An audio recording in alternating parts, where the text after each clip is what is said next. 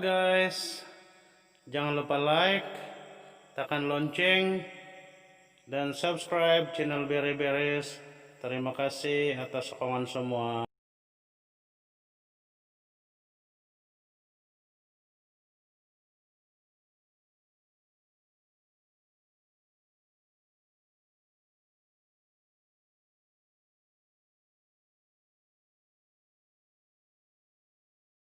Saya tidak mengklaim yang saya pakar dalam bidang ini atau ahli botani yang bertauliah. Cuma di hadapan kita ini seperti yang kita bahas tadi, ini adalah Alocasia langiloba. Jadi apabila kita perhatikan daun, tidak banyak beza dengan Alocasia zebrina Tiger Borneo tadi itu. Bentuk daun masih seperti kepala arnab dengan telinganya ada di sini dan di sini, lebih kurang macam begitu bentuk dia. Urat daun ini juga berbentuk Y, cuma bezanya dia kelihatan masih menonjol. Cuma yang istimewanya Alocasia langiloba ini, dia punya daun itu timbul sebab seolah-olah dia berwarna silver atau putih lah. Jadi apa yang saya dapati perbezaan, sebab saya tidak membuat pemerhatian secara profesional juga. Cuma apa yang kita perhatikan perbezaan di antara langiloba dengan zebrina adalah batang dia masih tetap sama, corak masih corak yang sama. Cuma biasanya ini daun dia ini berwarna merah, harap jelas dia di video. Oke, warna merah. Dan apabila kita zoom dekat, urat-urat daun kecilnya itu seolah-olah seperti pembuluh-pembuluh darah lah, pembuluh-pembuluh darah. Dan macam begini dia punya inilah, macam begini dia punya bentuk lah. Oke, uratnya masih corak daunnya masih, corak batangnya masih sama, masih sama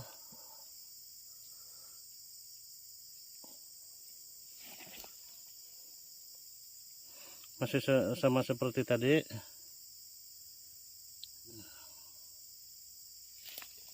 Oke, ini satu yang sedikit lebih besar lah, sedikit lebih besar.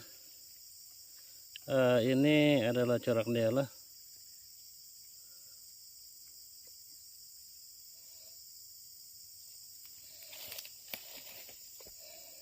Oke, dia punya daun warna merah macam begini ya. Cuma disebabkan tumbuhannya atau Alocasia ini tumbuh semula jadi saja, sebab ini adalah antara tumbuhan yang dilarang untuk ditanam lah, melainkan kita memperoleh lisen untuk mengkoleksi.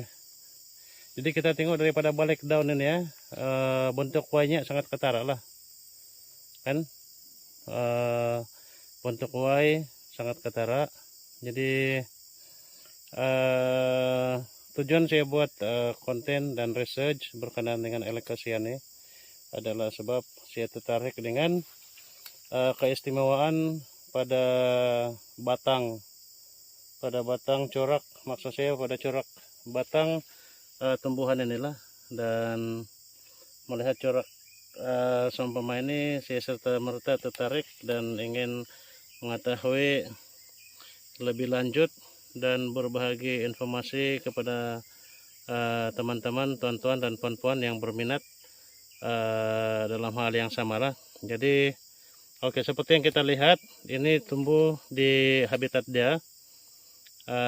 Jadi kami pun tidaklah bertugas sebagai pemelihara tumbuhan, biarpun kami patuh kepada semua peraturan dan undang-undang atau larangan-larangan yang telah dikuat-kuasakan oleh kerajaan. Tetapi tumbuhan ini berada di sini dan kita tidak dapat jamin dia punya terlindung atau tidaklah, sebab dia tumbuh di alam, dia tumbuh di habitat semula jadi dia. Jadi documentation atau dokumen ini adalah menjelaskan bahwa spesies ini Alocasia zebrina taiga Borneo dan Alocasia langiloba yang Malaysia punya atau khususnya Sarawak nih ada di sini lah.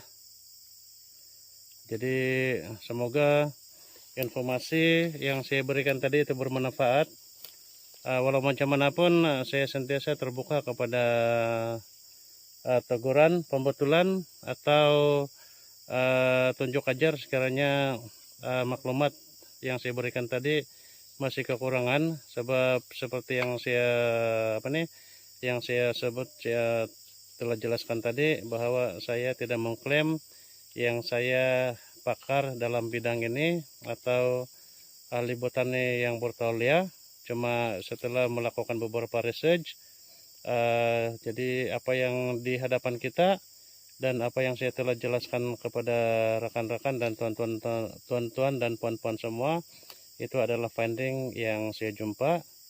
Kalaupun tidak tepat 100%, sekurang-kurangnya dia maklumat itu boleh dipercayai 90% ke atas lah. Jadi terima kasih telah sudi berkongsi ataupun menonton video ini. Semoga maklumat yang sedikit ini ada manfaatnya untuk penggemar-penggemar Alocasia. Jadi Alocasia memang ada di tempat kita lah. Maksud saya setakat yang dalam kitabnya perbincangan ini ada dua jenis, Alocasia langiloba dan Alocasia langiloba berwarna. Biasanya dengan Alocasia zebrina taiga Borneo adalah pada urat daun yang menonjol dan berwarna seolah-olah putih, macam begini, seolah-olah putih atau silver pada bagian permukaan daun, dan pada belakang daun itu tadi dia seperti berwarna merah. Harap-harap jelas di video. Oke, sekian, terima kasih, salam hormat untuk semua.